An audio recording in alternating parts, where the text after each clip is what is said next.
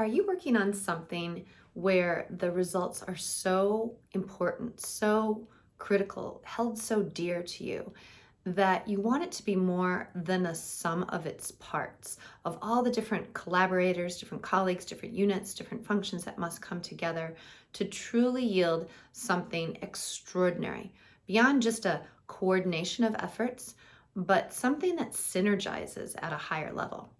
Right? I mean, a lot of us could say, of course, who wouldn't want that?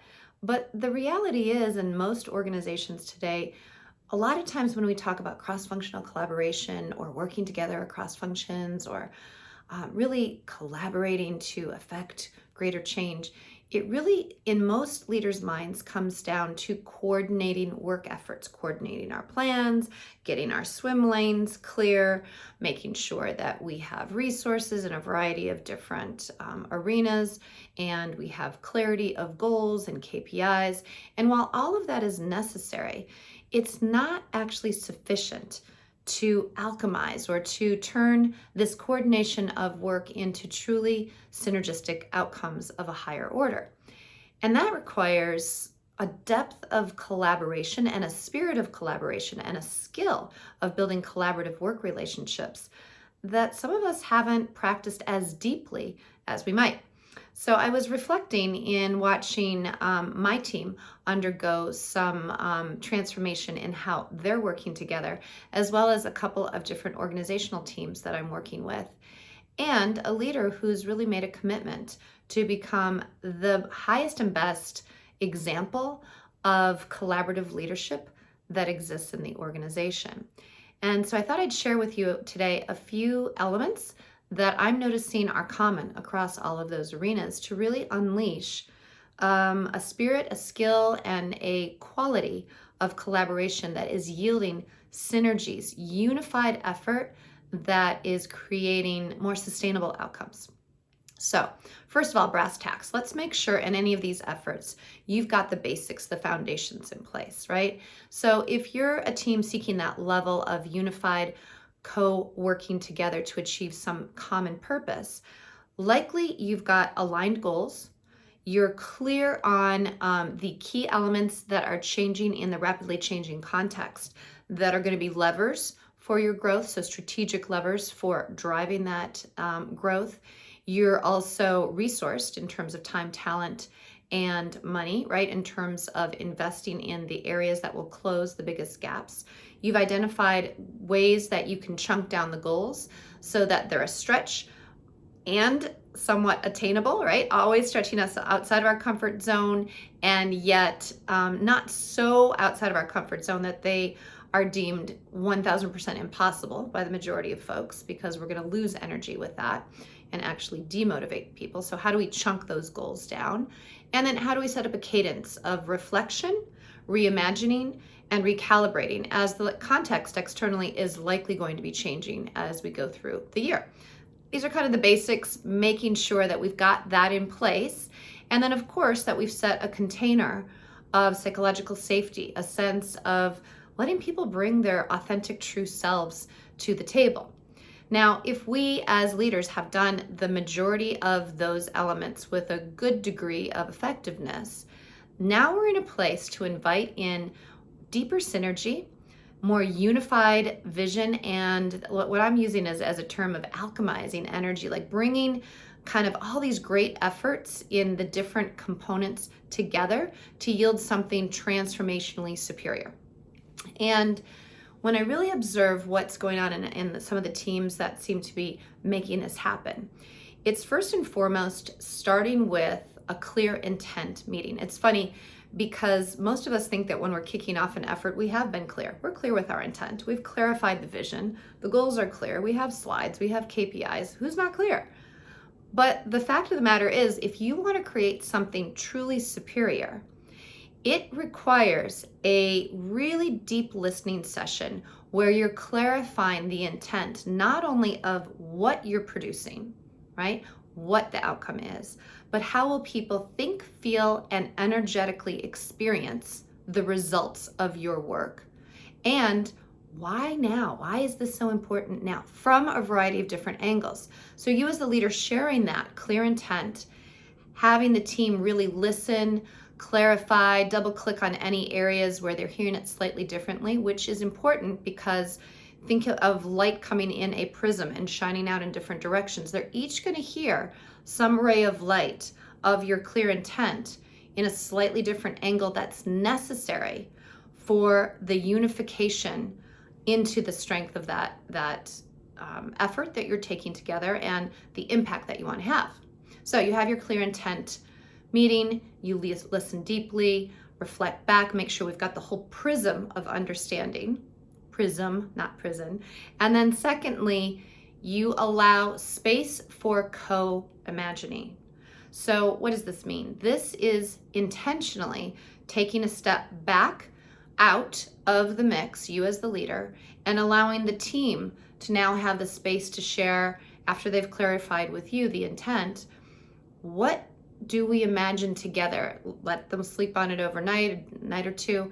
And as we sink into the vision of what we each heard in that prism of the clarity of intent, now let's allow an hour or two of just imagining what else is possible beyond which we have articulated.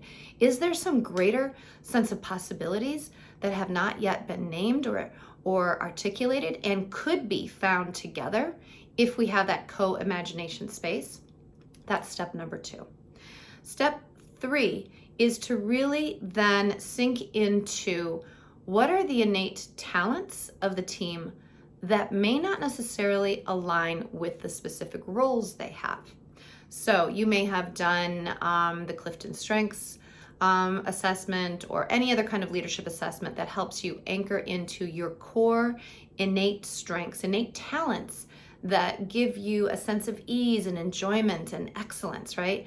When you know what those things are, regardless of title or function or role, and you've shared that with the team, this is what lights me up, this is where I seem to excel, and they can reflect back to you what they most value in those innate talents for the collective achievement outcomes together.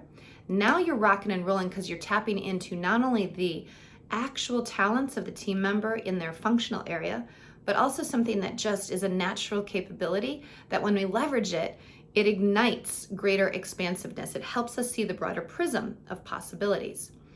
An example of this is the graphic design lead on our team is amazing in graphic design and all of the technical components of design and branding. And yet she's also outstanding as a strategic thinker.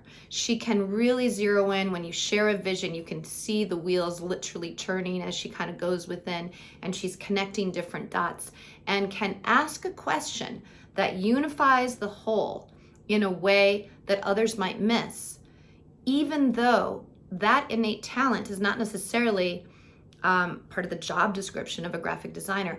When she doesn't bring that to the table or give voice to the questions or give voice to the possibilities of the dots connecting in a way we didn't see, we miss out. We miss out on possibilities. So that kind of, I call it like kind of innate talent mapping, is an important step as well once you've done the co-imagining, because now the team members can say, Candy, this is where we really need you to step back and bring the strategic vision. Allie, let's jump on it from this angle. And with your consistency of effort, here's what's possible there. Melissa, here's your piece of the puzzle. And what it unleashes is not only tapping into the capabilities that we each bring, but an energy that's palpable. The 4th step is something that a lot of teams bypass, and that is naming the natural tensions and trade-offs that we may actually experience as we go through the work. So these are paradoxes for those of you who are familiar with paradoxes, where there are two seemingly opposing forces that are actually mutually complementary. So think, for example, like we want high quality, but we also want to deliver it fast. So quality and speed would be two seeming opposites that actually need one another. They're two sides of the same coin. For every project, there are likely going to be a couple of key paradoxes that are going to pull. And if we don't effectively name them and manage them, they could risk polarizing us in different directions, bringing us back into silos rather than unifying us into the broader whole that we're each creating, with two different paths up the mountain that merge into the same common goal. So for us in a current project that we're looking at right now, Quality and speed is definitely one. And so is accuracy, scientific accuracy with some self-regulation techniques that we're describing. At the same time, we want accuracy that's also easy to apply in the moment. So how do we have accuracy and ease of application? Once you've named and really proactively managed those paradoxes, then it's about setting the container of the natural capabilities, skills, and mindsets that bring collaborative relationships to life. And there's a number of different elements, but 5 essential ones that I've seen that are absolutely critical in each of these teams alchemizing to a higher level is number 1, a sense of openness, a sense of possibilities, a sense, number 2, of a wider perspective, imagining that you're not seeing the full picture, the full prism, that you've got to ask more questions to see the full picture. Number 3, a sense of curiosity and deep listening that allows you to sink in deeper to hear something that you may not have spotted from the beginning, but there's some nuance in what your colleague is saying that when embraced, the 2 perspectives launch to a higher level. Number 4, a sense of humility. I don't have all the answers. And as much as I can bring all the greatest skill to the table, we in tandem are going to be stronger when we bring all of our capabilities together. And then number 5, a sense of play, a sense of joy, of possibilities that can emerge when we let go of some prescribed method and allow a little bit of creativity and play to emerge. So those are some elements of building really effective collaborative relationships that I've observed in winning teams over the last number of weeks.